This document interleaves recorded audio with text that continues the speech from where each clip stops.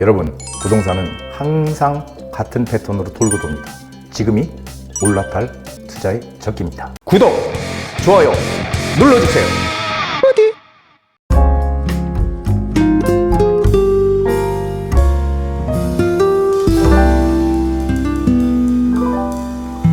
부동산 DJ. 안녕하세요. 부동산 DJ 한정훈입니다.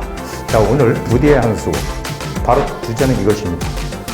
또다시 반복되는 시장 흐름, 바로 지금이 최적의 타이밍이다. 이런 주제로 준비를 했습니다. 자, 지금 시장 상황이 뭐가 안 좋아요. 지금 거래량도 많이 줄어들고, 자, 그 원인이 바로 8월 이후에 생겼던 대출 규제의 영향이 가장 크다. 지금 이런 얘기들 많이 하고 있고요. 실제로 사실입니다. 그런데 과연 그것들이 언제까지 지속이 되고, 지금 시점이 과연 왜 투자에 적긴지 명확하게 알아보는 시간을 준비했습니다. 자, 먼저 세미나를 먼저 공지합니다. 11월 20일 오후 2시입니다. 주제는요, 특급 유망 투자처 마지막 기회를 잡아라. 왜 마지막 기회가 될까요? 항상 물건이, 이 재개발 시장, 재건축 시장은요, 물건이 정말 괜찮은 물건이 빠져나가게 되면은 그거보다 훨씬 더 비싼 물건이 들어오거나 아니면은 아예 이제 물건이 없거나 하게 됩니다. 계속 있는 게 아니거든요. 그래서 이제 마지막인 그 유망 투자처를 공개하는 그런 시간을 준비했습니다. 선착순 10명 예약 필수고요. 그리고 못 오시는 분들을 위해서 1대1 개별 상담 무료로 진행합니다. 여러분들이 가지고 계신 모든 부동산에 대한 모든 것 다 풀어드리는 시간 준비하겠습니다. 자, 현재 시장 상황을 우리가 냉철하게 파악을 해봐야 됩니다. 자, 대출 규제, 지금 대출 규제가 나오면서 거래량이 감소하고 있고요. 집값 상승폭도 줄어들고 있습니다. 숨을 고르고 있는 거예요. 거래가 안 되는 게 아니라. 자, 고가 지역은, 우리 강남구 같은 고가 지역은요, 이 매도자 우위 시장, 즉 집주인이 우위를 가지고 있는 시장입니다. 집주인들이 힘을 가지고 있고요. 그리고 반대로 중저가 지역은요, 살려고 하는 사람들이 우위 시장으로 서로 반대로 지금 전개가 되고 있어요. 고가 지역은 누구야? 팔려는 사람이 지금 배짱이고요. 이 중저가 지역은 사려는 사람들이 오히려 금액을 더 깎아서 쌀 수 있는 그런 지금 시장으로 전개가 되고 있다. 이게 바로 이제 양극화 시장이라는 거죠. 반면에 이 재건축 재개발은 어떻게 돼요? 정부에서 지속적인 규제 완화를 통해서 빠르게 공급을 늘리게 하는 유일한 방법이다. 이 정부에서 이렇게 인식하고 있잖아요. 그래서 이 재건축 재개발을 지속적인 규제 완화로 빠르게 공급을 하겠다. 자, 한쪽에서는 규제로 집을 못 사게 하고, 또 한쪽에서는 어떻게 해요? 빠르게 공급 물량을 늘리겠다. 정부의 이중잣대가 보이는 그런 지금 사실은 상황입니다. 자, 미국이 또 기준금리를 0.25% 인하했습니다.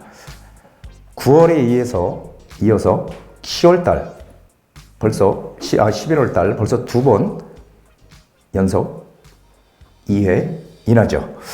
자, 이렇게 지금 인하를 하고 있고요. 12월달 한 차례 더 인하 가능성이 있다. 이렇게 지금 내다보고 있습니다.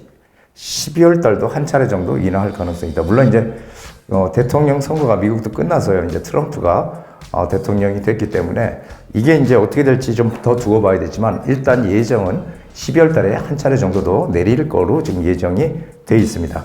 자, 미국의 기준금리를 계속 인하를 한다는 거 제가 뭐라고 했어요? 미국 기준금리 인하는 정책 변경이다. 이게 이제 정책적으로 양적 긴축 정책을 계속 피다가 이제는 양적 완화로 완전히 방향 전환을 했다. 이런 얘기 많이 드렸죠. 양적 완화. 자, 이 양적 완화가 우리한테 상당히 큰 의미를 주는 겁니다. 자, 양적 완화. 자, 이렇게 되면 미국의 기준금리 인하는요, 제가 항상 말씀드리지만 자산시장의 엄청난 호재입니다. 자산시장의 대표는 바로 주식과 부동산 시장이죠. 그래서 금리가 인하되면은 어떻게 돼요? 금리가 내려가게 되면은 우리 다 뭐 기업이나 개인이나 다 은행에서 이렇게 대출 돈을 빌려서 사실은 사업도 하고 생계도 꾸리고 하잖아요. 그래서 그렇게 되는데 금리가 인하되면 돈을 더 많이 우리가 쓸 수 있겠죠. 소비를 더 일반인들은 늘릴 수 있을 거고요. 기업들도 고용도 늘리고 생산도 늘릴 수 있겠죠. 이자가 싸지니까. 그래서 이 금리가 인하된다는 의미는 결국은 이자가 내려감으로 인해서 이 돈이 시중에 많이 돌게 된다는 겁니다. 유동성이 증가하게 된다는 거죠. 그러면 이 돈들의 상당 부분은 어디로 흘러간다고요? 자산시장으로 흘러가요. 자산시장. 자산시장의 대표가 부동산 주식이잖아요. 그래서 이쪽으로 유입된다. 이거는 그냥 제가 하는 얘기가 아니고요. 여태까지 역사적으로 항상 기준금리가 인하됐을 때 이 돈들이 어디로 갈 것이냐. 자산시장으로 상당 부분 유입이 됐다는 건 이건 뭐 팩트입니다. 팩트. 자, 금리 인하는 중장기적으로 시장의 파급 효과가 크다. 제가 이렇게 했는데요. 이 금리 인하가 되면 집값이 뭐 갑자기 막 뛰거나 이거는 아닙니다. 오히려 대출 규제는 이 영향이 단기적으로 크게 일어나지만 대출 규제나 이 정부의 이 규제 정책은 반대로 금리 인하는요. 단기적으로는 크게 바로 시장에 반응을 안 하지만 중장기적으로 시장의 파급 효과가 엄청나게 크다는 겁니다. 이제 조금 이따 두고 보시면 알지만 미국의 기준금리 인하하면은 우리는 어떡할까요? 우리도 당연히 인하를 해야 돼요. 그럼 유럽은요? 전 세계는요? 하나의 추세로 흘러가게 되는 겁니다. 이제 다시 시중에 돈이 많이 넘치는 이제 그런 시장으로 지금 전 세계가 전개가 된다. 그렇다면 한국의 기준금리는 어떻게 될까요? 우리나라는 기준금리를 내릴까요? 올릴까요? 이거 상당히 궁금하죠. 자, 거래량으로 흐름을 읽어라. 제가 판단하기는 근데요. 아마 우리도 기준금리를 다시 또 인하할 가능성이 크다. 물론 제가 항상 말씀드리지만 이 방향성이 중요해요. 이게 이번 달에 금리를 내리냐 다음 달에 내리냐 이게 중요한 게 아니고 앞으로 금리는 계속해서 인하될 거다라는 이런 어떤 시그널 이게 중요하다는 거예요. 이 흐름이 우리는 그 흐름을 잘 파악을 해야 돼요. 이 부동산에도 똑같습니다. 부동산도 이 흐름을 추세를 보고서 우리가 투자를 하는 거지 그렇지 않고 당장 눈앞에 보이는 것들만 보고 움직여서는 절대 안 된다는 겁니다. 제가 거래량이 중요하다는 얘기를 많이 드렸는데 이거 한번 보세요. 자, 2022년이죠. 2년 전. 2022년 11월 달, 딱 2년 전이죠. 이 거래량이 768이었어요. 12월 달 913. 자, 1월 달이 되니까요. 1월 달이 되니까 갑자기 1000건대로 1497, 약 1500건대로 확 뛰었죠. 이때부터 계속 오르기 시작했어요. 1월에 변곡점이 생겼는데, 중요한 거는 여기 가만히 보면요. 8월 달까지 계속 올라가다가요. 8월 달까지 9월 달부터 하락을 하죠. 거래량이 줄어들기 시작합니다. 9월부터 줄어들기 시작합니다. 그러면서 어떻게 해요? 지난해 2023년 11월 달에 1916건, 거래량이 1916건이고 2023년 12월 달에 1872건 계속 떨어지는 거죠. 1916건에서 12월 달 1872건. 그런데 중요한 거는 요 1월 달이 되니까 2682건으로 갑자기 뛰기 시작해요. 자, 이때가 변곡점이 생겼고 여기도 1월 달에 2022년도도 1월 달에 변곡점이 생겼고요. 2024년도도 1월 달에 변곡점이 생겼습니다. 그래서 쭉 계속 올라가다가 7월 달에 9108건 어마어마하죠. 9108건까지 계속 오르다가 8월 달 되니까 좀 떨어졌죠. 6420건. 그 다음부터 지금 거래량이 계속 하락하고 있습니다. 이 흐름이 비슷하죠. 이쪽도 지금 흐름이 그렇고 이쪽도 흐름이 그렇습니다. 2년 동안 변곡점이 언제 생겼어요? 1월 달에 생겼죠. 1월 달, 여기 1월 달. 변곡점이라는 건 꺾이는 점을 얘기하는 겁니다. 자, 제가 어떤 얘기를 드렸냐면은 이 대출 규제, 정부의 이 규제의 영향은 단기간에 불과하다. 길어야 3개월에서 5개월이면 끝난다. 이런 얘기 많이 드렸어요. 자, 그러면은 올해 8월 달부터 내려간다면 8월, 9월, 10월, 11월, 12월. 그렇죠? 12월 달 되면은 아마 이 대출 규제의 영향이 이제 한계에 도달할 거다. 그래서 1월 달부터 다시 변곡점이 생길 가능성이 상당히 높습니다, 여러분. 이거 잘 보셔야 돼요. 그래서 지금이 어떻게 보면은 변곡점이 생겨서 거래량이 이렇게 올라가기 전에 이때도 1월 달에 생겼고요. 여기도 1월 달에 변곡점이 생겼어요. 자, 지금 비슷한 흐름으로 가고 있죠. 미리 투자를 해야 되는 겁니다. 제가 누누이 말씀드렸지만 2023년도 1월달 변곡점이 생겼다고 제가 얘기를 했고 24년도도 1월달에 변곡점이 생겼다. 똑같다. 지금 23년, 24년이 25년도도 지금 그럴 가능성이 상당히 높습니다. 1월달에 변곡점이 생기든 아니면 조금 늦게 2월달에 생길 수도 있어요. 하지만 1월, 2월 중에 변곡점이 분명히 생긴다는 거 여러분 아셔야 됩니다. 그렇다면 우리는 어떻게 될까요? 지금 뭔가 빠르게 움직여야 돼요. 이때부터 다시 또 거래량이 늘어나면 어떻게 돼요? 가격은 뛸 수밖에 없어요. 그것을 우리가 잘 알고 투자에 대응을 해야 된다 이런 얘기를 드리는 겁니다. 자, 대출 규제 효과는 얼마나 갈까? 상승장에서 규제 효과는 단기간에 불과하다고 제가 말씀드렸죠. 대출 규제의 효과는 강력합니다. 하지만 오래 가지 못한 자. 그런데 모든 정부에서 대출 규제 먼저 시작하죠. 이 부동산을 좀 뭔가 꺾기 위해서. 자, 사지 못하게 하기 위해서요. 그런데 단기간에 불과하다는 거는 이거는 역대 정부에서 대출 규제를 해왔을 때 그 기간이 단기간에 불과하다는 건 이미 나와 있는 얘기입니다. 여기 밑에 보면요. 한국개발연구원 KDI의 연구에 따르면 대출 규제 효과 길어야 6개월. 길어야 6개월이라는 겁니다. 그런데 대출 규제 효과 6개월밖에 안 되는데 길어야 6개월이라는 거예요. 그런데 왜 자꾸 대출 규제를 먼저 할까요? 바로 이것 때문에 그렇습니다. 효과가 오래 가지는 못하지만 단기간에 강력하게 효과를 낼 수 있는 게 대출 규제라는 거. 그래서 지금 대출 규제 영향을 받고 있는 거죠.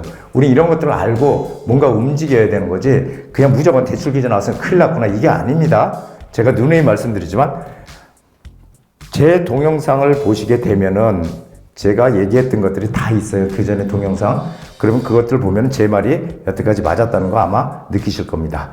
자, 공급 물량이 관건입니다. 우리가 금리가 높았을 때, 금리가 낮았을 때 집값이 많이 올랐죠? 아닙니까? 금리가 올랐을 때 집값이 많이 올랐나요? 대부분 금리가 낮아지면은, 그렇죠.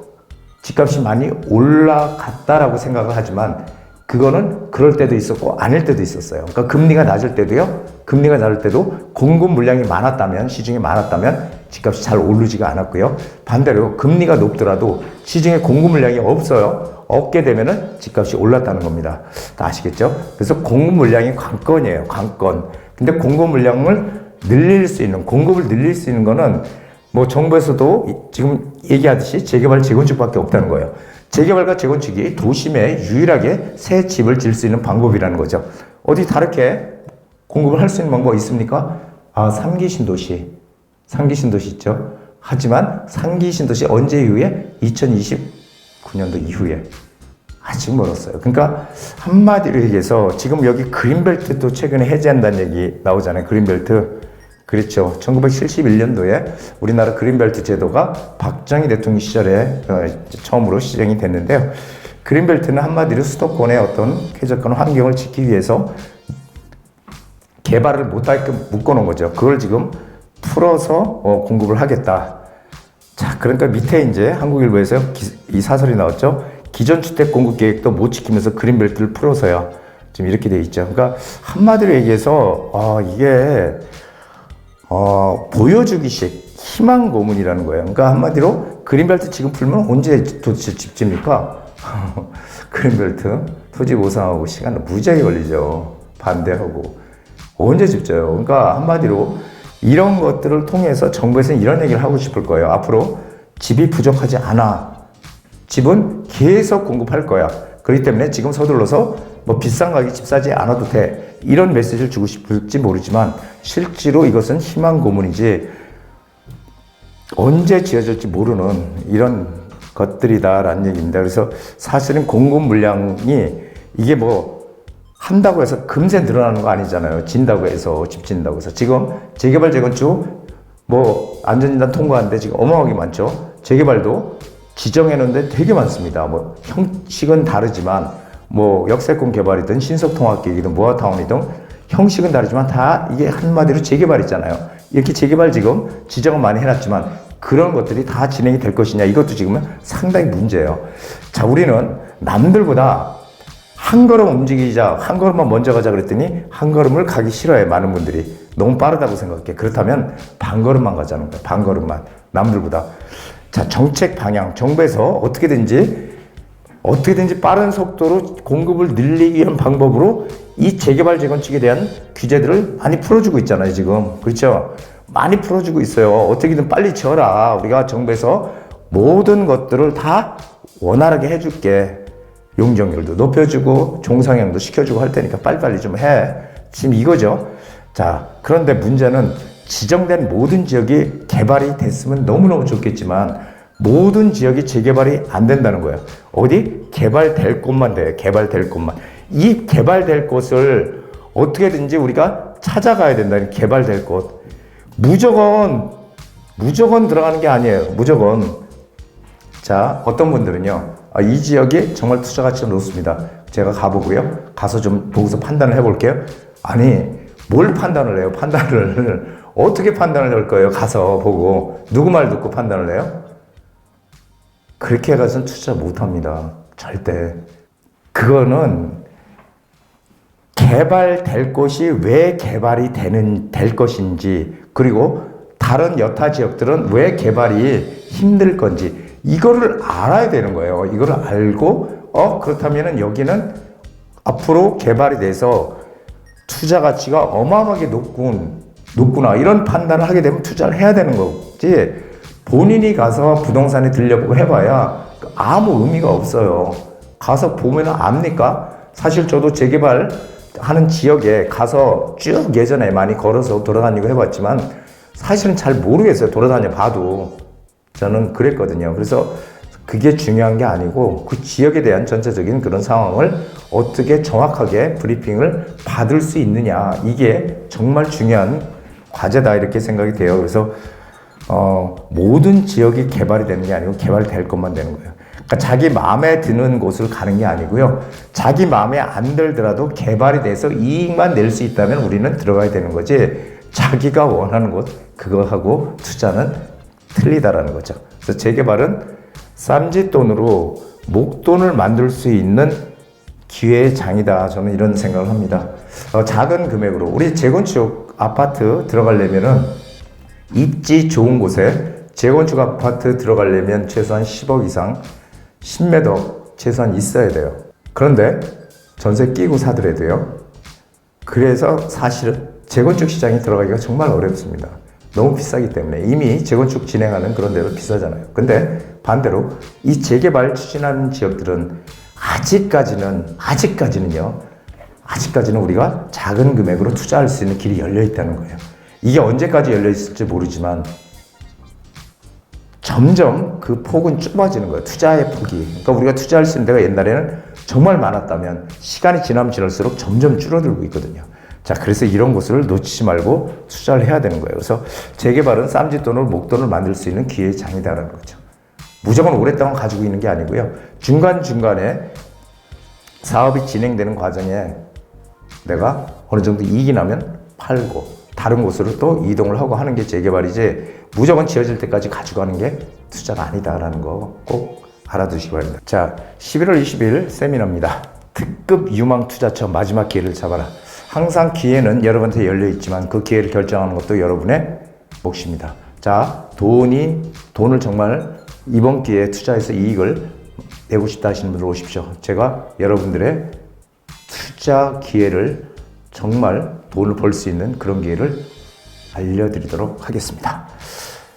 자, 부동산에서의 성공은 기회를 발견하고 가치를 추구하며 위험을 관리하는 능력에서 온다. 기업가라고 해요. 100대, 미국의 100대, 전 세계 100대 기업가 샘젤. 자, 기회를 발견하는 거 정말 중요하죠. 기회를 발견하는 거. 그리고 아무 기회를 발견한다고 해서 무조건 되는 게 아니고요. 그 부동산에 진정한 가치가 있는지 없는지, 지역에 대한 가치를 판단하는 거 정말 중요하죠. 그리고 위험을 관리한다. 리스크 관리 능력에서 온다. 자, 이런 사람은 거의 없죠. 사실 이렇게 뭐 다 알면은 뭐 전문가 이상이죠. 이거는 이제 기업가라서 이런 얘기 할지 모르지만 어쨌든 상당히 기회와 가치, 그 다음에 리스크 분산 이런 것들이 우리 부동산에서 가장 중요한 얘기입니다. 자, 그런 것들 저희가 다 관리를 해드립니다. 여러분들 기회가 됐을 때 오시게 되면은 속 시원한 투자처와 그리고 여러분의 기회를 알려드리는 저희 미래가치 투자하면서 오십시오. 환영합니다. 자, 오늘 강의 여기까지입니다. 한정훈의 부동산 DJ에서는 여러분들의 고민을 기다립니다. 영상을 보시고 투자에 관심 있으신 분은 지금 바로 연락 주시기 바랍니다.